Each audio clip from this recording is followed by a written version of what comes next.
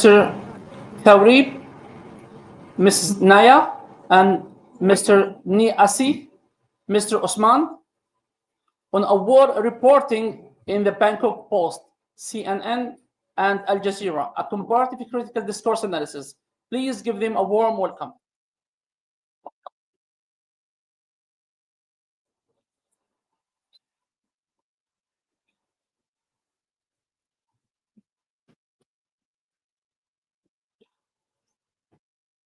What? Yeah.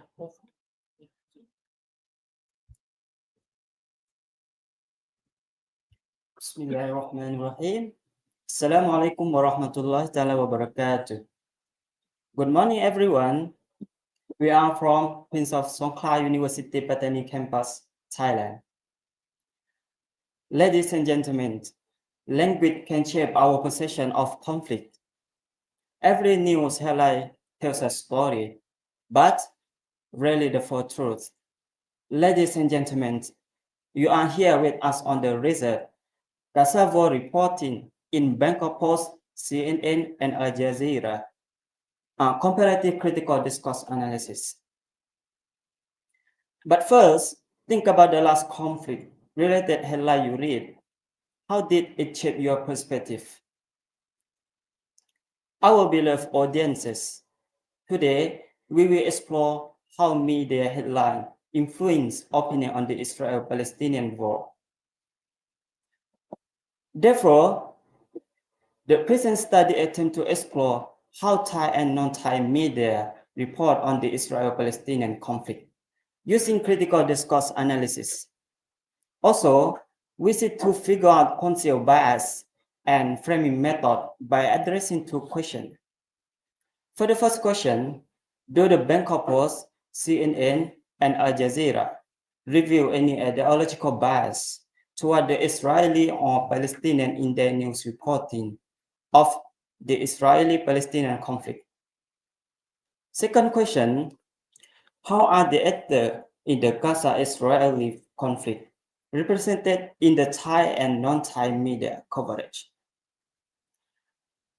Now, we have a look at the literature review to set the context for our study. It cannot be denied that the Israel-Palestinian conflict is one of the most important issues we face today. With events like Israel police attacked the Al-Aqsa Mosque, according to Belmont 2023, highlighting the unpredictable situation. Factors like occupation, settlement expansion, and worsening condition increased cycle of violence from both parties that sparked global protests.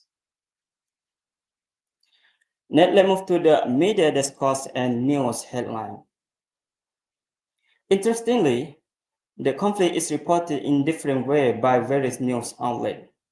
Media coverage plays a key role in shaping global protests of these events, especially through headline. According to Bell 1991, he said that impactful narrative tools that influence public understanding. However, headlines are not neutral.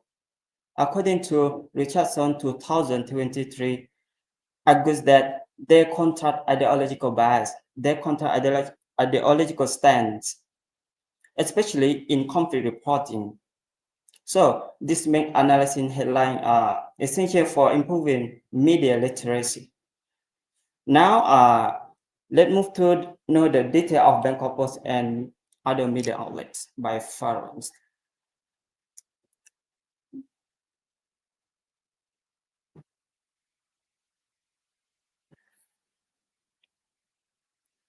All right.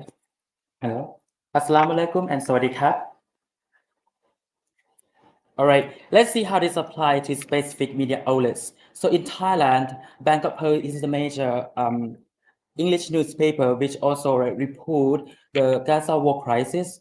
However, the language choices in the Bangkok Post coverage have not been examined in comparison with the other major media outlets. Okay. On the other hand, CNN transform new consumptions with 24/7 real-time updates, strengthening its trust in reporting global conflicts. And however, Al Jazeera known for its pro-Arab stance, develops Palestinian voices and critique Israeli policies. And to analyze media's discourse of the three outlets, we use the critical discourse analysis, or the CDAs, as a framework that explore the connection between language, powers, and also the ideology. So CDA was uncovered hidden biases and power dynamics, particularly in how stories frame political actions. Okay. By the way, Vantage framework become to our crucial tools as well that reveal about the headlines use strategies like emphasizing such positively or them negatively. So that they're reinforcing group biases and shaping perceptions. And in our reviews of previous studies on the media discourse, it can be noted that researchers use Van Dyke's ideological square, found patterns of the bias in terms of using language of the like considering pressings and criticizing the party, and show ideological framing reflecting specific perspective on conflicts. So, for example, Nikatu 2023, as you see on the screen, conducted a critical discourse analysis, or CDAs, on the Burger newspaper and found that the Ethiopian government was framed as heroic and the TPLF as a terrorist and traitors. So this like creates a divide between the in-group, the government, and also the out-group, the TPLF. So meanwhile, Busilovskas and Maximenko in 2022 showed that the hidden ideology in using of the language, as well like by the Russian media that justify the Ukraine war as defensive and downplay the Western sanctions and label the Ukrainian forces as Nazis, aligning public opinion with Russian goals. And in addition, Al-Jazeera 2023 compared the Washington Post and the Moscow Times and found that the former emphasized about the Russian aggression and Ukrainian bravery, while the latter took a more like balanced views of the political leanings. And also in Amira 2024, conducted also a CDA study to like analyze the Al Jazeera, that pro-Palestinian narrative in the coverage. So they found that Al Jazeera can reveal about the Palestinian sufferings and resistance, but framing Israelis' actions negatively. So although these studies have analyzed by the critical discourse analysis, none of the studies focus on how a Thai medium presents its ideology to local audiences, like differs from the Arab or Western media. So these studies try to fill the gap by comparing how the Bangkok Post, CNN, and Al Jazeera frame the conflicts of and review ideological perspectives, like shaping our understanding when we go to like see about the Thai and international media outlets. So now let's move to the methodology.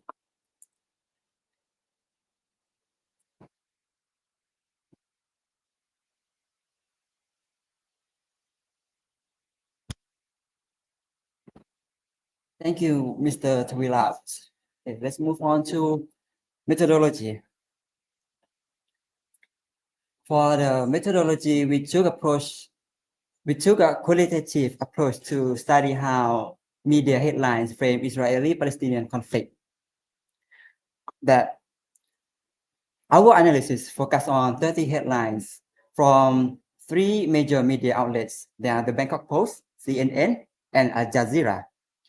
To structure our analysis, we apply Van Dyke's ideological square for detecting bias in media language by analyzing the wording and sentence in structure in the headlines. We uncover pattern of bias and their potential impact of audience perception of the conflict. Okay, let's move on to our findings of question 1. Do the Bangkok Post, CNN, and Al-Jazeera reveal any ideological bias towards the Israelis or Palestinians in their news reporting of the Israeli-Palestinian conflict?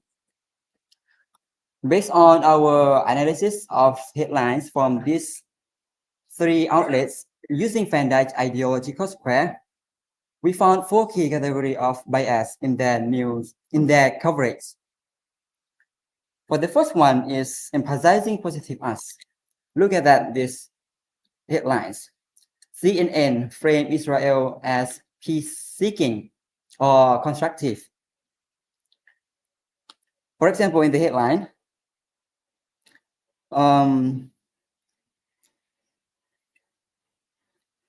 Israel and Hamas appear on brink of framework agreement for ceasefire and hostage deal.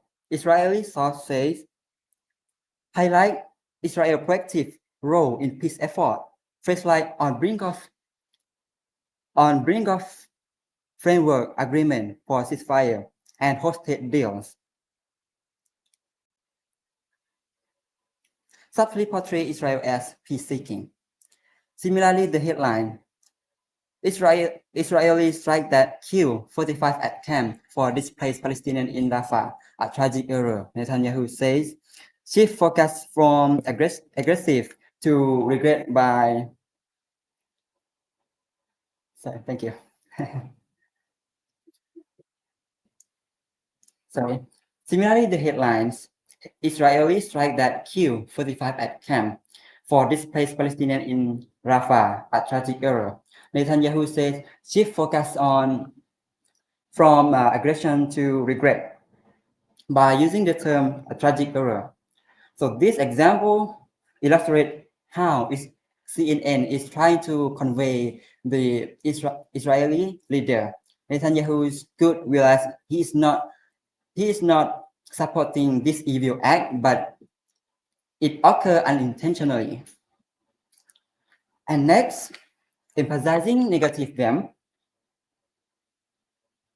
According to our analysis, it revealed that both Bangkok Post and Al Jazeera utilize language strategy to emphasize negative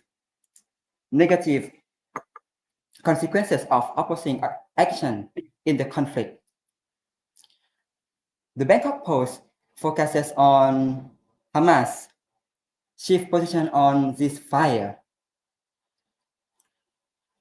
So such as that in this headline, Hamas action led to Israel's response, making it seem more justified for Israel and subtly shifting blame onto Hamas. On the other hand, Al Jazeera uses strong emotional language to criticize Israel.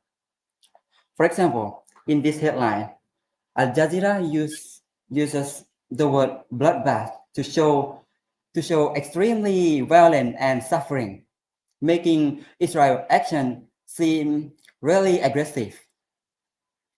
And next, de-emphasizing negative us. CNN and the Bangkok Post use softer language to describe Israel action. For example, CNN employed the word takeover instead of the phrase stronger terms like this or invade. Similarly, the Bangkok Post used the word push rather than attack. So these word choices appear to downplay the severity of Israel action, presenting them in a less aggressive light compared to more direct language.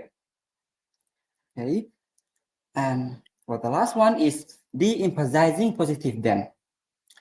In our analysis of 30 headline, we didn't find clear examples of downplaying the positive action of the outgroup. Instead, CNN focused on broader discussion about global humanitarian aid and international responses, rather than effort by Palestinians to protect civilians or negotiate ceasefire. Similarly, Al Jazeera didn't downplay positive action by Israelis in its headlines. So overall, we can clearly see that CNN and the Bangkok Post tended to soften criticism of Israel, while Al-Jazeera focused more on highlighting Palestinian struggles and portraying Israel as aggressive. So these differences in framing show how media language can shape public speaking in the conflict. Yes, and next we're gonna talk about the second research question. And please, Ms. Nayah, stand here. Thank you. Okay, so to answer the second research question, how are the actors in the Gaza-Israeli conflicts represented in Thai and non-Thai media coverage? Okay, so for our analysis, it can show a clear differences in how power dynamic were portrayed. It shows a clear division between a powerful versus powerless and aggressor versus aggressed. Then let me guide you through the example in our slide. For this example, we analyzed the headline from 3 new outlets, which is reported between May 7 to 9, 2024. So this is the event that happened on Rafah. Okay, so according to our analysis, we found that both CNN and Bangkok Post portray Israel as a dominant and strategic figure. For example, one headline from CNN highlights Israel military operations. It focused on its scale and strategy of its escalations. For example, the phrase like moving from airstrike to ground operation, this phrase trying to emphasize the escalation of Israel, the Israel military operations. Yes, so it's very similar to the Bangkok Post. The headline from Bangkok Post also portray Israel as a dominant figure by using the phrase like step up attack to emphasize the Israel strategies. So both of these headlines try to clearly focus on Israel and emphasize Israel as the dominant figure, but none of them mention how these actions affect Palestinian civilians. They leave Palestinians out of the narrative. But in contrast, Al Jazeera, they shift the focus to the aggressor versus aggressed. So they describing the situations in Rafah as a humanitarian nightmare. So they focus on the situations as humanitarian nightmare, and they shift the focus to the Israel as the aggressor. The phrase like the humanitarian nightmare clearly frame Israel as the aggressors. So overall, so we can see that both CNN and Bangkok Post portray Israel as the dominant actors, but Al Jazeera portray Israel as the aggressors.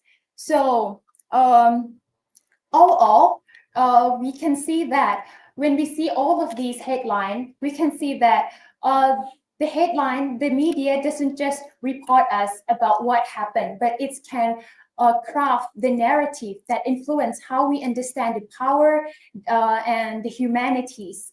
So the thing that we can do, or what does it mean for all of us as the readers, it means that we couldn't just take the headline as a face value, but we need to think critically, and we need to ask the questions that what's being left out, because this is all of our responsibilities. So this is all of our presentation today. So thank you so much.